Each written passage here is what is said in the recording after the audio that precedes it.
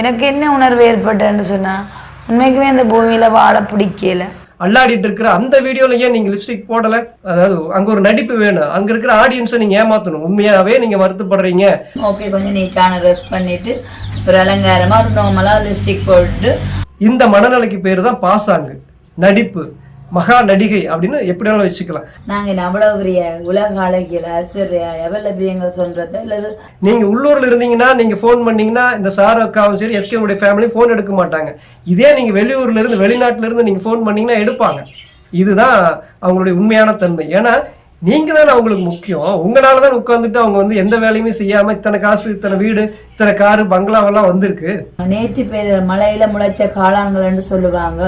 அநேக யூடியூபர்ஸ் மேலாம் இப்ப வந்து குடும்பம் தான், எஸ்கே குடும்பம் தான் இலங்கையிலேயே யூடியூப் சேனல்ல ரன் பண்ணணும், வேற எவனுமே பண்ணக்கூடாது. குத்தகைக்கு எடுத்திருக்காங்க போல இருக்கு. ஏன் இந்த நேரத்திலே வந்து லிப்ஸ்டிக் தேவையான்னு சொல்லிட்டு கேக்குறீங்க. எஸ்கே வந்து கள்ளன் அப்படின்னு யார் பேர் வச்சிங்கன்னு தெரியல. நான் தெளிவா ஆதாரத்தோட அவர் கள்ளன் அப்படிங்கறத நிரூபிக்க போறேன் அந்த வீடியோல. யாருங்க கள்ளன் பேர் வச்சீங்க? சரியான பேர் தான் வச்சிருக்கீங்க. எங்க ஊர்ல வந்து பாத்தீங்கன்னா இந்த மாதிரி கள்ளன் அப்படிங்கன்னு சொல்ல மாட்டாங்க, திருடன்னு சொல்லுவாங்க, மோசடிக்காரன்னு சொல்லுவாங்க, ஏமாத்துக்காரன்னு சொல்லுவாங்க, இன்னும் சரியா சொல்லணும்னா பித்தலாட்டுக்காரம்பாங்க. அப்படின்னா இருக்கிறத இல்லாத மாதிரியும் இல்லாத ஒண்ணு இருக்கிற மாதிரியும் அப்படி பித்தலாட்டம் பண்ணுவாங்க. அந்த மாதிரியான நபர்களை வந்து எப்படி சொல்றது, நீங்க கள்ளன் சொல்றீங்க இல்லையா, அந்த கள்ளன் உண்மையாவே அவன் கள்ளன் அப்படிங்கறது ஆதாரத்தோட நிரூபிக்கிறேன். அப்புறம் இன்னொரு விஷயம் சொல்லுவாங்க எங்க ஊர்ல, பசப்புக்காரி அப்படிம்பாங்க. பயங்கர பாசாங்கு பண்றவன், பயங்கர பசப்பி அப்படிம்பாங்க. அதாவது எஸ்கேனுடைய குடும்பத்துல பாதி பேருடைய கண்கள் வந்து பாத்தீங்கன்னா அந்த பசப்பு தன்மை இருக்கும். அது அந்த கண்ணில் வந்து பாத்தீங்கன்னா சில பேர்த்துக்கெல்லாம் அதை புரிஞ்சுக்க முடியுமான்னு தெரியல. எனக்கு அது புரியுது, ஆனா அது மொழிபெயர்க்க தான் தெரியறது இல்லை. அந்த பசப்பு தன்மை வந்து பாத்தீங்கன்னா எஸ்கே குடும்பத்தில் சில பேர்த்திட்ட இருக்குது. அதுல உலகமகா பசப்பு அப்படின்னு சொல்லலாம். அப்படின்னா உலகமகா நடிகை அப்படின்னு சொல்லலாம். அந்த நடிகை வந்து சாரு, எஸ்கேனுடைய அக்கா. என்ன அப்படிங்கிறத இந்த வீடியோவில் பார்க்கலாம். அதுக்கு முன்னாடி வந்து பார்த்தீங்கன்னா எஸ்கே வந்து கள்ளன் அப்படிங்கிறத ஆதாரத்தோட நிரூபிக்கிறேன்னு சொன்னேன் இல்லைங்களா. அப்படின்னா 9 கோடி ரூபா பணம் வச்சிருக்கான் இல்லையா, அதுவா சொல்ல போற அப்படின்னா அதெல்லாம் இல்லைங்க. அதை விட முக்கியமான ஒரு விஷயம், அவன் வந்து ஊரை மட்டும் இல்லை முக்கியமான ஒரு நபரையே ஏமாத்திருக்க அப்படிங்கிறது இந்த ஆதாரத்தோட நிரூபிக்கிறேன் பாருங்க. இப்போ நான் வந்து இந்தியாவில் இருக்கேன், அதாவது தமிழ்நாட்டில் இருக்கேன். இப்போ நான் எங்கே இருக்கேன் அப்படிங்கிறது நான் கரெக்டாக சொல்லணுமா இல்லையா? நான் மறைச்சு மாற்றி பொய் சொல்லி இப்போ நான் சிங்கப்பூரில் இருக்கேன், நான் ஜப்பானில் இருக்கேன் அப்படின்னு சொன்னால் நான் பொய் சொல்கிறேன்னு தான் அர்த்தம், அல்லது யாரையும் ஏமாத்துறேன்னு தான் அர்த்தம். இப்போ நீங்கள் உங்கள் எஸ்கே இருக்கார் இல்லைங்களா, எஸ்கேனுடைய பக்தர்கள், பக்த கோடிகள், எப்படி சொல்கிறது, அவருடைய பூசாரிகள், அவருடைய என்ன சொல்கிறது ஆதரவாளர்கள்லாம் இருக்கீங்க இல்லையா, அவங்கெல்லாம் சொல்லுங்கள் எஸ்கே ஃபேமிலி எங்கே இருக்குது, எந்த நாட்டில் இருக்குது? ஜப்பானில் இருக்கா, சிங்கப்பூரில் இருக்கா, அமெரிக்காவில் இருக்கா? மறக்காம சொல்லுங்க. ஏன்னா நீங்களும் தான் அவருடைய முக்கியமான பக்தர்களா இருக்கீங்க. எப்படி சொல்றது, தீ மிதிக்கிறேன்னு சொல்லியிருக்கீங்க, எப்படி சொல்றது விரதம் இருக்குன்னு சொல்றீங்க, அவனுக்கா உயர் கொடுப்பேன்னு சொல்றீங்க, எல்லாம் சரி. அவன் உங்கள்கிட்ட உண்மையா இருக்கானா அதை பார்த்துட்டு நீங்க இதெல்லாம் போய் கடவுள்கிட்ட வேண்டிக்கங்க. ஏன்னா உங்களுக்கு கடவுள் கூட மன்னிக்க மாட்டார். நான் உங்களுக்கு ஆதாரத்தை காட்டுறேன் பாருங்க. இது வந்து எஸ்கேவுடைய சேனல். இப்போ எஸ்கே வந்து எந்த நாட்டில் இருக்காரு உங்களுக்கு நல்லா தெரியும் இல்லையா. அவர் ரொம்ப உண்மையானவர், நல்லவர், வல்லவர் அப்படின்லாம் சொல்றீங்க இல்லையா, வள்ளல் அப்படின்லாம் சொல்றீங்களா. அவர் எப்படி உங்களை ஏமாத்தி இருக்காருன்னு பாருங்க. உங்களை மட்டும் இல்லை, முக்கியமா இந்த யூடியூபே அவர் ஏமாத்தி இருக்கார். அவர் எந்த நாட்டில் இருக்காரா, இது எஸ்கேனுடைய சேனல். அவர் விளக்கம் கொடுத்துருக்காரு. அது இங்கிலீஷ் எனக்கு சுத்தமா தெரியாது, அது இப்ப எனக்கு தேவையும் இல்லை. அவர் எந்த நாட்டில் இருக்காருன்னு பாருங்களேன். அவர் இந்தியாவில் இருக்காரா? நிஜமா சொல்லுங்க, அவர் இந்தியாவை சேர்ந்தவரா? ஏன்னா நான் தான் தமிழ்நாட்டுக்காரன், இந்தியாவை சேர்ந்தவன். இது என்னுடைய சேனல். இப்போ நான் எங்க இருக்கேன்னு பாருங்க. இது என்னுடைய சேனல் பேரு. நான் 2018 சேனல் ஆரம்பிச்சு நான் இந்தியாவில் இருக்கேன்னு கொடுத்துருக்கேன். இப்போ நான் இலங்கையில் இருக்கேன்னு கொடுத்துருந்தா நீங்க ஒத்துக்குவீங்களா? இப்போ இவர் 2020 ஆரம்பிச்சிருக்காரு, நான் 2018 ஆரம்பிச்சிட்டேன். இப்போ சொல்லுங்க, இப்போ உங்க எஸ்கே நீங்க விரதம் இருக்கிறதுக்கு, மொட்டை அடிக்கிறதுக்கு தகுதியானவரா? அவர் உங்ககிட்ட உண்மையா இருக்காரா? அவர் ஒரு மோசடிக்காரர், பித்தலாட்டக்காரர், ஏமாற்று செய்யறவர் அப்படிங்கிறது இதன் மூலியமா ப்ரூஃப் ஆகுதா? ஏன்னா ஒரு யூடியூப்பவே ஏமாத்திருக்கார். இந்த ஒரு விஷயத்துக்கே யூடியூப் நினைச்சா அவர் மேல வழக்கு போடலாம். ஏன்னா தவறான ஒரு அட்ரஸை, தவறான ஒரு நாட்டில் வசிக்கிறதா அவர் வந்து தவறான ஒரு தகவல் கொடுத்துருக்காரு இல்லையா. இதுக்கே வந்து விசாரணை செஞ்சு அவருக்கு ஏதாவது தகுந்த தண்டனை கொடுக்கலாம். இப்போ சொல்லுங்க, அவர் மோசடிக்காரனா கள்ளன் கரெக்டான பேர் தானே வச்சிருக்காங்க. சரி, ஓகே. இப்போ எஸ்கே மட்டும்தான் அப்படியா? எஸ்கேவுடைய ஃபேமிலி எல்லாம் என்ன அட்ரஸ் கொடுத்துருக்காங்கன்னு பார்க்கலாமா? மிஸ்டர் சுமன் அவங்களுடைய அண்ணன், அவருடைய சேனல். அவர் பாருங்க எந்த நாட்டிலும் சேர்ந்தவர் இல்லையா, எந்த நாட்டினுடைய அட்ரஸும் அவர் கொடுக்கல. அப்ப இதுவும் வந்து ஒரு வகையில மறைக்கிறதா, இது ஒரு பாசாங்கு வேலை தான். அடுத்தது ஜாலியா விளாக், அந்த சகோதரி, அதாவது உலக மகா நடிப்பு அவங்க, அதை பற்றி நம்ம அடுத்தது பேச போகிறோம். அவங்களும் வந்து பார்த்தீங்கன்னா எந்த ஊர் எந்த நாடு எதுவுமே விளக்கம் கொடுக்கல. அப்போ இதுவும் ஒரு வகையில் பசப்பு வேலை தான், ஏமாத்து வேலை தான். அடுத்தது உங்கள் இலங்கை சேர்ந்த போலீஸ் ஸ்டேஷன் அப்படின்னு ஒரு சேனல் இருக்கு இல்லையா, இப்போ இவர் பாருங்க, அவருடைய சேனலை அவர் விளக்கம் கொடுத்துருக்காரு. அவர் இலங்கை சேர்ந்தவர்னு அவர் உண்மை கொடுத்துருக்காரு. அடுத்தது தமிழ் சேனல், அவர் என்ன கொடுத்துருக்காருன்னு வந்து பாருங்க, அவரு கன்னடாவை சேர்ந்தவர். அடுத்தது ஜேபிஎஸ், அவங்க ஜேபிஎஸ் வாட்சிங், அவர் வந்து இலங்கை சேர்ந்தவர்னு கொடுத்துருக்காங்க. ஜஃப்னா அவங்களும் இலங்கை சேர்ந்தவங்க. எல்லாமே 2023 தான் சேனல் ஆரம்பிச்சிருக்காங்க. அனு வித் வசந்த் வந்து பார்த்தீங்கன்னா எந்த தகவலும் கொடுக்கல. அவங்க வந்து 2022 சேனல் ஆரம்பிச்சப்போ எந்த தகவலும் கொடுக்கல, எந்த நாட்டை சேர்ந்தவங்களும் குறிப்பிடலை. அதுக்கப்புறம் வந்து பார்த்தீங்கன்னா அவங்களே அனு வித் வசந்த் அப்படின்னு சொல்லி இன்னொரு சேனல் ஆரம்பிச்சிருக்காங்க. அதில் இலங்கைன்னு கொடுத்துருக்காங்க. அப்போ 2023 ஆரம்பிச்சிருக்காங்க. இப்போ இவங்கெல்லாம் வந்து பார்த்தீங்கன்னா 2020 2022 23 சேனல் ஆரம்பிச்சுட்டு இவங்க தான் சேனலுக்கே ஓனர் மாதிரி. அந்த அக்கா, அதாவது எஸ்கேவுடைய அக்கா வந்து பேசியிருக்காங்க. அதை எடுத்து என்னங்கிறது பேசுறதுக்கு முன்னாடி பசப்பு பாசாங்க அப்படின்னு சொன்னேன் இல்லைங்களா, அதுக்கு என்ன அர்த்தம் அப்படிங்கிறதோட உங்களுக்கு நான் காட்டிடுறேன். பாசாங்கு செய்தல் என்றால் ஒரு செயலை அல்லது உணர்வை உண்மையாக இல்லாத போதிலும் அது இருப்பது போல காண்பிப்பது அல்லது வெளிப்படுத்துவது என்று பொருள். பொய் பேசுதல் இல்லையா, உண்மையை மறைத்தல். உண்மையில் இல்லாத ஒன்றை போல பாசாங்கு செய்தல், ஒரு செயலை அல்லது உணர்வை உண்மையாக இல்லாத போதிலும் அது இருப்பது போல காண்பிப்பது. இதெல்லாம் எஸ்கேவுடைய குடும்பத்தில் இருக்கிறது. ஓகேங்களா, அவங்க என்ன சொல்றாங்க வந்து பார்த்தீங்கன்னா, பசப்பு அப்படிங்கிறது இந்த காலத்தில் என்ன சொல்லுவாங்கன்னா, சும்மா அழுது பசப்பாதே, அவள் ஒரு பசப்புக்காரி அப்படின்லாம் சொல்லுவாங்களாம். பசப்பு அப்படின்னா பாசாங்கு அப்படிங்கிற வார்த்தை, ஏமாற்றுதல் அல்லது அலப்புதல் அப்படிங்கிற பொருள். இப்ப பாருங்க, பசப்பியே தன் காரியத்தை சாதித்துக் கொள்ளும் சாமர்த்தியசாலி, தன் செயலை நிறைவேற்றிக் கொள்ள ஒருவரின் அனுதாபத்தை பெரும் வகையில் பேசுதல் அல்லது நடந்து கொள்ளுதல் பாசாங்கு செய்தல் அப்படின்னு ஆகுமா. பிறரின் அனுதாபத்தை பெரும் வகையில் பேச்சு அல்லது நடவடிக்கைக்கு பேரு பாசாங்கு. அவனுடைய பசப்பு வார்த்தைகளை நம்பி ஏமாந்து விடாதே அப்படின்னு இந்த பசப்பி பசப்புக்காரி அப்படின்லாம் சொல்லுது இல்லைங்களா. இந்த பசப்பு அப்படிங்கிற அந்த தன்மையை வந்து எஸ்கேனுடைய அக்கா சாரு அவங்க வந்து பார்த்தீங்கன்னா ஒரு பேட்டியில் வந்து கொடுத்துருப்பாங்க. அதாவது மிஸ்டர் சுமனும் சாரு அவங்களும் பேசியிருப்பாங்க. அதில் வந்து பார்த்தீங்க அப்படின்னா ரொம்ப அந்த எஸ்கேக்கு வந்து பிணை மறுக்கப்பட்ட அடுத்த நாள் வந்து அன்னைக்கே நினைக்கிறேன் அந்த வீடியோ போட்டிருப்பாங்க. எஸ்கேவுடைய அண்ணனுக்கு வந்து பார்த்தீங்கன்னா புத்தியெல்லாம் பேதலிச்சு அப்படியே மண்டையெல்லாம் குழம்பி போகிற மாதிரி இருக்கிற மாதிரியும், சாரு அவங்க வந்து பார்த்தீங்கன்னா இனிமேல் நம்ம வந்து உலகத்தில் வாழணுமா, நம்ம எதுக்கு வாழணும் அப்படின்னு ரொம்ப விரக்தியாகிற அளவுக்கு பேசி இருந்திருப்பாங்க. அடுத்த நாளே வந்து பார்த்தீங்கன்னா அவங்க அழகான ஒரு கண்டென்ட் கொடுத்துருப்பாங்க. அவங்க வந்து பர்த்டேக்கு வந்து ரொம்ப எளிமையான ட்ரெஸ் போட்டிருக்காங்களா, வீடு கட்டியிருக்காங்களா, அந்த வீட்டுக்குள்ள வந்து எந்த இது எப்படி சொல்றது, எல்லாரும் கூப்பிட்டு கேக்கு வெட்ட முடியல, நான் ரொம்ப சிம்பிளா இருக்கேன் 100 தடவை சொல்லியிருப்பாங்க. அதாவது அதுல வந்து என்ன சொல்றாங்கன்னா, நான் வந்து ஒரு லிப்ஸ்டிக் போட்டிருக்கேன், அது உங்களுக்கு பொறுக்கலையா, நீங்க வந்து பாக்குறீங்க அப்படிங்கிறதுக்காக நீங்க வந்து எங்களை கண்ட்ரோல் பண்ணக்கூடாது இல்லையா, நான் சிரிக்கணுமா அழுகணுமா வேதனைப்படணுமா, நீங்க எப்படி என்னை கண்ட்ரோல் பண்ணுவீங்க அப்படின்னு கேட்குறாங்க இல்லையா.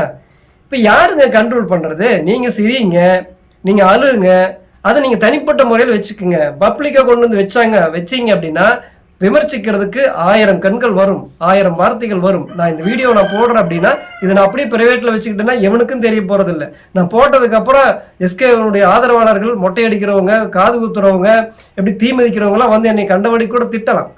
எஸ்கே தப்புன்னு சொல்றவங்க ப்ரோ சூப்பரா பண்ணியிருக்கீங்க அப்படின்னு என்னை வந்து என்கரேஜும் பண்ணலாம். இந்த 2 கருத்துக்கும் நான் சம்மதிச்சாதான் இந்த வீடியோவை நான் பப்ளிஷ் பண்ண முடியும் இல்லையா.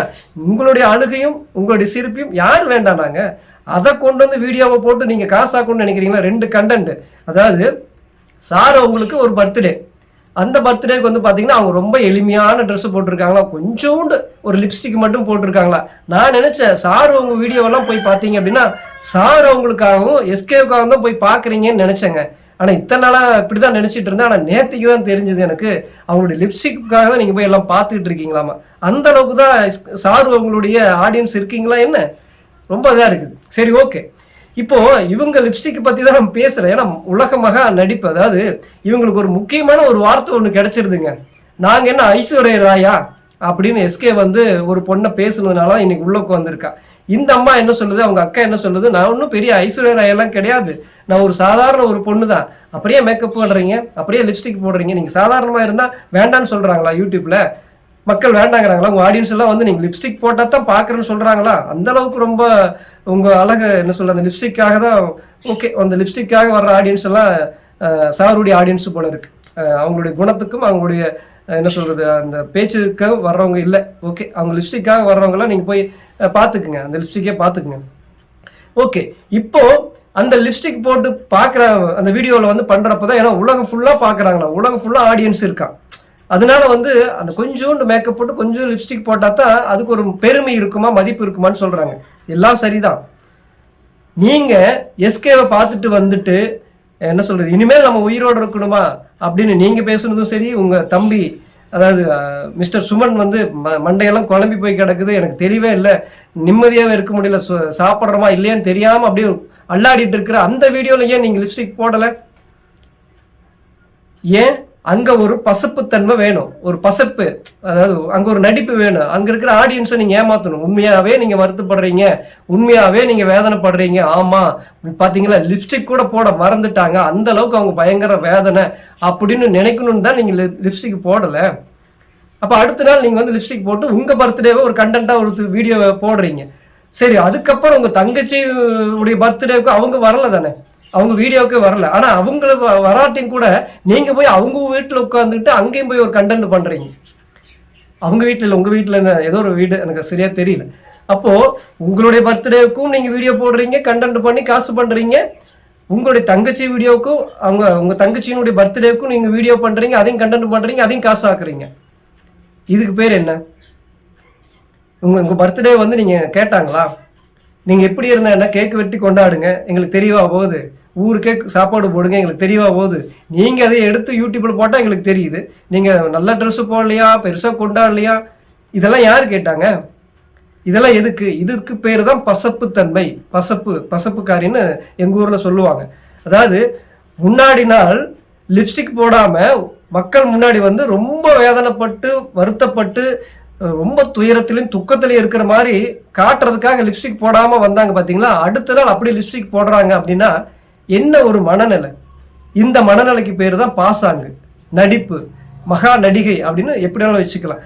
அதில் அவங்க இன்னொரு விஷயம் சொல்கிறாங்க. இப்போ நான் காட்டினேன் பார்த்தீங்களா, அந்த யூடியூப்பில் வந்து 2020 எஸ்கே ஆரம்பிக்கிறாங்க. அதுக்கப்புறம் அந்த ஃபேமிலியே 2022 மேலே தான் வருது. இப்போ எத்தனை வருஷம் ஆயிருக்கும்? இதுக்கப்புறம் அந்த அம்மா சொல்கிறாங்க, அதாவது இவங்க தான் யூடியூப் சேனலே, இந்த குடும்பம் தான், எஸ்கே குடும்பம் தான் இலங்கையிலேயே யூடியூப் சேனலை ரன் பண்ணணும், வேற எவனுமே பண்ணக்கூடாது, குத்தகைக்கு எடுத்திருக்காங்க போல இருக்கு. இல்லைன்னா யூடியூப்புக்கு ஓனரே இவங்க தான் ஓனராக இருப்பாங்க போல இருக்கு. இவங்க என்ன சொல்றாங்க, நாங்கள் வந்து நிறைய பேர் வந்து தத்தளிச்சிட்டு இருக்கிறப்போ நாங்கள் போய் எல்லாத்துக்கும் ஹெல்ப் பண்ணி தூக்கி விட்டோம், நாங்கள் நிறைய பேர்த்துக்கு மானிட்டேஷன் ஆன் பண்ணுறதுக்கு இதெல்லாம் பண்ணி கொடுத்தா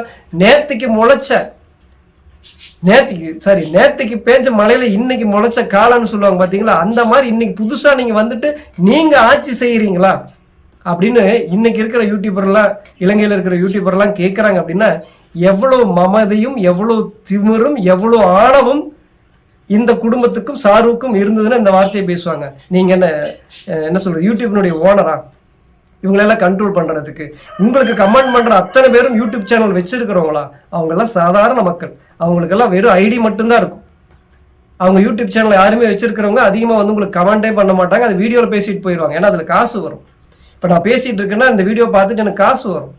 நான் போய் உங்களுக்கு எது கமெண்ட் பண்ணி என்னுடைய நேரத்தை வேஸ்ட்டாக உங்களுக்கெல்லாம் வந்து கமெண்ட் பண்ணி என்னுடைய நேரத்தை வேஸ்ட் பண்ணிட்டு போகிறேன். என்னுடைய நேரத்தை உங்களுக்காக செலவு பண்ணால் அதில் எனக்கு ஒரு வருமானம் வரணும், ஒரு ஆதாயம் வரணும் இல்லையா? இந்த வீடியோவை பிடிச்சி கரெக்டாக பேசுகிறேன்டா, உண்மை பேசுகிறேன்டான்னு சொல்லி ஒரு 4 மனிதர்கள் எனக்கு கிடைக்கணும். எந்த ஆதாயம் இல்லாமல் பேசுகிறதுக்கு நான் என்ன சொல்கிறது, உங்களுடைய எஸ்கேனுடைய என்ன சொல்கிற ஆதரவாளரா? மொட்டை அடிக்கிறதுக்கும் காது குத்துறதுக்கும் தீ மிதிக்கிறதுக்கும் உங்களையெல்லாம் போய் நானே உங்களுக்கு ஒரு விஷயம் சொல்ல மறந்துட்டேங்க. அதாவது இந்த சாரு இருக்காங்க பார்த்தீங்களா, அவங்க 2 வீடியோ பார்த்தேங்க.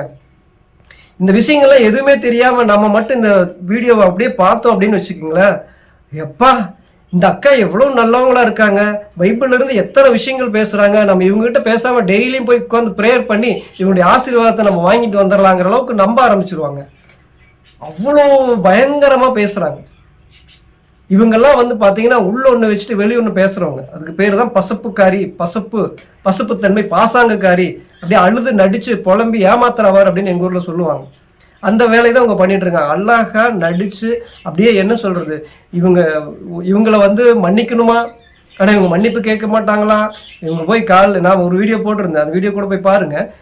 இந்த எஸ்கேனுடைய உண்மையான விடுதலை எங்கே இருக்குது அப்படின்னா, எஸ்கே வந்து யாரையெல்லாம் மனசளவில் காயப்படுத்தி வேதனைப்படுத்தியிருக்கோன்னா அந்த குடும்பத்துக்கெல்லாம் போய் இவங்க எஸ்கேவுடைய குடும்பம் கால் விழுந்து மன்னிப்பு கேட்கணும், அது வீடியோவை எடுத்து போடணும். அது ஒன்று தான் இதுக்கு தீர்வு. இது செய்வாங்களா?